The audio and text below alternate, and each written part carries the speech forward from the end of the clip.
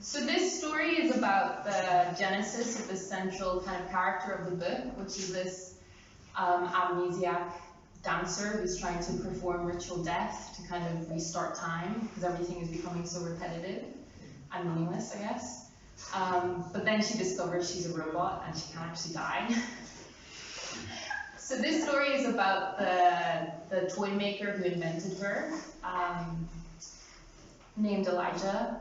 Elijah is a really important character for me, and he's also named after biblical Elijah from the Old Testament, which I find to be a really beautiful story because it's about this prophet who went into the desert and there he was fed by ravens. And then also Elijah didn't die, he ascended to heaven. I think some angels came and picked him up. And I just think that's quite beautiful that we can kind of escape death through flight, through growing wings.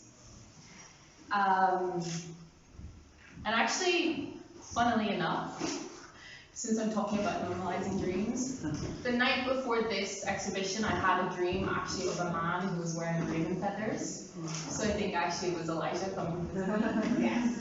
But you still So this book is called, The Butterfly Dream, which is about this kind of metamorphosis of growing wings.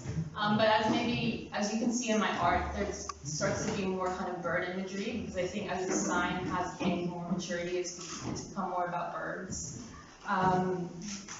So birds are also kind of, angels, essentially. In a lot of cultures, birds kind of function as this angelic force, they're heavenly beings. And I think that that's quite an interesting kind of idea about the kind of destiny of humanity, because we crawled out of the sea, so the kind of next step is to kind of grow wings and ascend. But part of ascension or part of flying is also leaving behind, the places that we are in. So central to that is also loss. Central to flying is also leaving behind.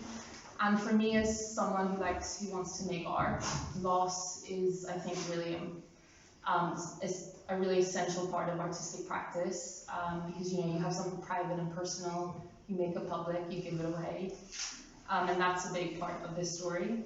And I think that's also quite an important challenge to kind of prevailing culture, which is really obsessed with integrity, being whole, being complete, being innocent and pure. Whereas actually we become through loss, we become through our wounds. The philosopher who I'm really interested in, George Bataille, talks about how wounds are mouths that speak.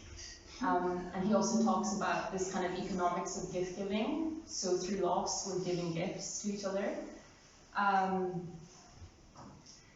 So that's, what this story is also about. But I also just want to kind of, on a side note, I also, when I'm kind of looking at my story, it's about basically this man who's created this woman who doesn't know who she is. And there's a bit of a problem of gender there, in terms of how women become real, or in terms of how women become individuated. And because often in our society, we're forced to just be programs. And so madness kind of becomes this privilege for men. Whereas I think, women, we're also allowed to be mad. Especially, if you want to make art, do something like that, we have to accept our madness.